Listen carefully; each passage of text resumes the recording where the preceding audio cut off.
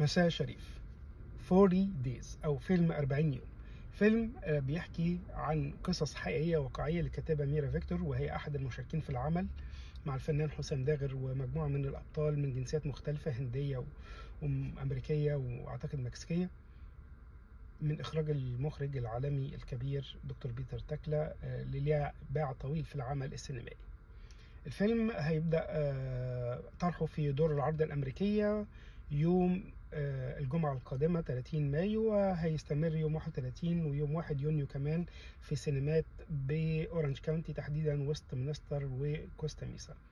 ثم الأسبوع الذي يليه الفيلم هيتم عرضه في سينمات أمريكية بلوس أنجلوس كاونتي، في تحديدا ليكويد وفان نايس.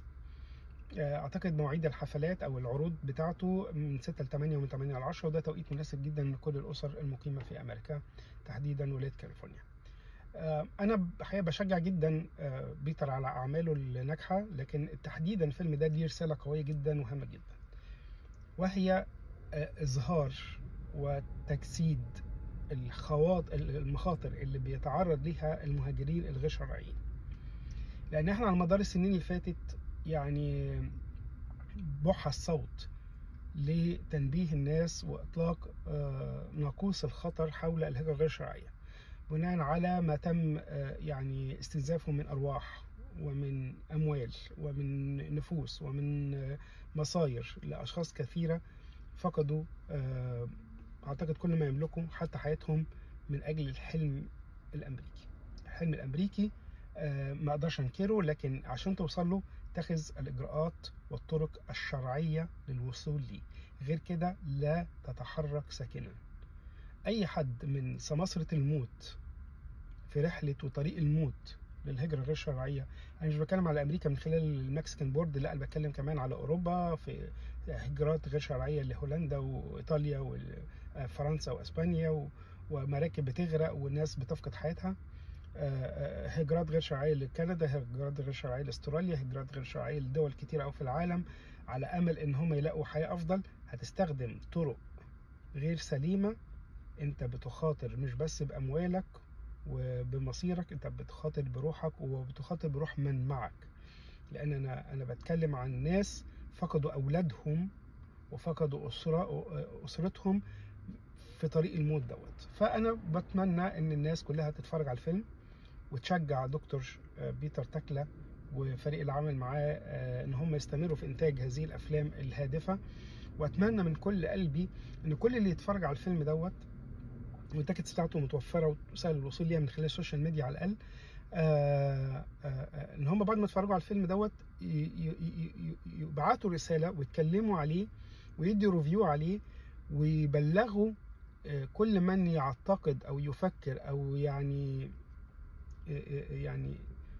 بيحاول ان هو يسعى للوصول الى الهجرة الغير شرعية، ان هو يتوقف عن هذا الطريق، لانه عاقبته موت. واتمنى برضو من كل قلبي نجاح لكل الاستاف. تجربة واضح ان هي من خلال البرومو بتاع الفيلم تجربة قوية جدا، بإنتاج قوي جدا، يعني سيناريو وحوار واكشن وسسبنس، يعني في شغل جميل معمول في الفيلم دوت. احنا بنشجع عليه، نشجع كل احفاد الفراعنه ان هم ينجحوا في الخارج.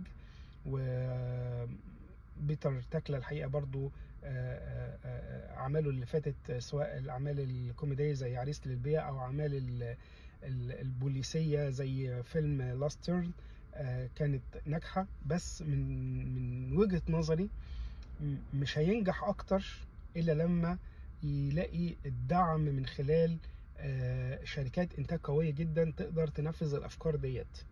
هو معاه ستاف قوي جدا بيمثلوا بمنتهى يعني الإمتاع، لكن محتاجين الأعمال الجاية يكون في شركات قوية تقف في ظهرهم، واحنا اول الناس اللي نقف في ظهرهم، سواء انا او جروب العيله الكبيره او كل الناس الموجوده في تحديدا كاليفورنيا. نتشجع ان احنا نروح نحضر الفيلم ونستمتع بالعمل السينمائي الرائع دوت، وكمان نوصل الرساله لاخواتنا اللي معتقدين ان في طرق غير شرعيه قد تصل بهم الى الحلم الامريكي. هذا أمر مستحيل. شكرا لك.